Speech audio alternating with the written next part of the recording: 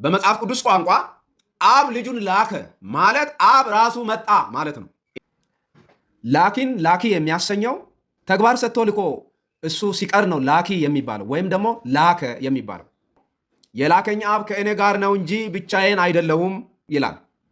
የምትሰሙት ቃል የላከኝ አብ ነው እንጂ የእኔ አይደለም ይላል። ስለዚህ ወልድን አብ እንደላከው ወልድ የአብን ትእዛዝ ፈጻሚ እንደሆነ ነው የሚናገረው። ስለዚህ አሁን ጥያቄው የአብ ላኪነትና የወልድ ተላኪነት ሳይሆን ላኪውን አብና ተላኪው ወልድ የተለያዩ ማንነት አላቸው የሚል የተሳሳተ አረዳድ መኖሩ ነው። የመጽሐፍ ቅዱሱ ላኪ ተልኮ ሰጪ ወይም አዛዥ ብቻ ሳይሆን የሰጠውን ተልኮ ራሱ ወርዶ የሚሰራም ጭምር መሆኑ ነው። በዮሐንስ ወንጌል ምዕራፍ 14 ቁጥር 10 ላይ እኔ የምነግራችሁን ቃል ከራሴ አልናገረውም፣ ነገር ግን በእኔ የሚኖረው አብ እርሱ ስራውን ይሰራል። እኔ በአብ እንዳለው አብን በእኔ እንዳለ እመኑኝ፣ ባይሆንስ ስለ ራሱ ስለ ስራው እመኑኝ ይላል።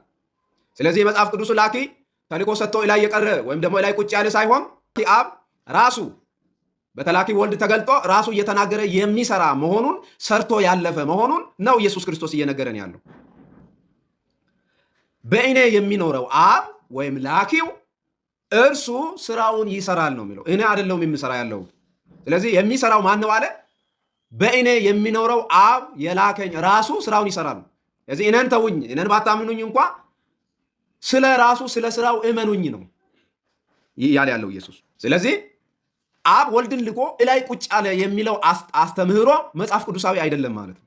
ወይም ደግሞ አብ ላኪው አብና ተላኪው ወልድ ሁለት አካል ያላቸው ሁለት የራሱ የተለያየ የተገነጣጠለ ማንነት ያላቸው አርጎ የሚነገረው አስተምህሮ መጽሐፍ ቅዱሳዊ አይደለም ማለት ነው። ለዚህ ማስረጃው ዮሐንስ ወንጌል ምዕራፍ 6 ቁጥር 16 ላይ የላከኝ አብ ከእኔ ጋር ነው እንጂ ብቻዬን አይደለሁም። የመጽሐፍ ቅዱሱ ላኪ ልኮ ከተላኪው ጋር አብሮ የመጣ ላኪ ነው። ዮሐንስ ወንጌል ምዕራፍ 8 ቁጥር 29 ላይ ደግሞ የላከኝ አብ ከእኔ ጋር ነው፣ እኔ ደስ የሚያሰኘውን ዘውትር አደርጋለሁና አብ ብቻዬን አይተወኝም አላቸው ይላል። አብ ወይም ደግሞ የላከኝ አብ ብቻዬን አይተወኝም፣ መቼም እኔን ብቻዬን አይተወኝም ነው። ምን ማለት ነው? ከእኔ ጋር ነው። አብ ወልድን ወደ ምድር ልኮ እርሱ ሰማይ ቁጭ ብሎ ልጁን የሚያሰራ የሚያስገድል ሳይሆን ራሱ በወልድ ውስጥ ሆኖ እየተናገረ እየሰራ በመጨረሻው በስጋ ሞቶ የተቤዠን ላኪ ነው የመጽሐፍ ቅዱሱ ላኪ። በመጽሐፍ ቅዱስ ቋንቋ አብ ልጁን ላከ ማለት አብ ራሱ መጣ ማለት ነው።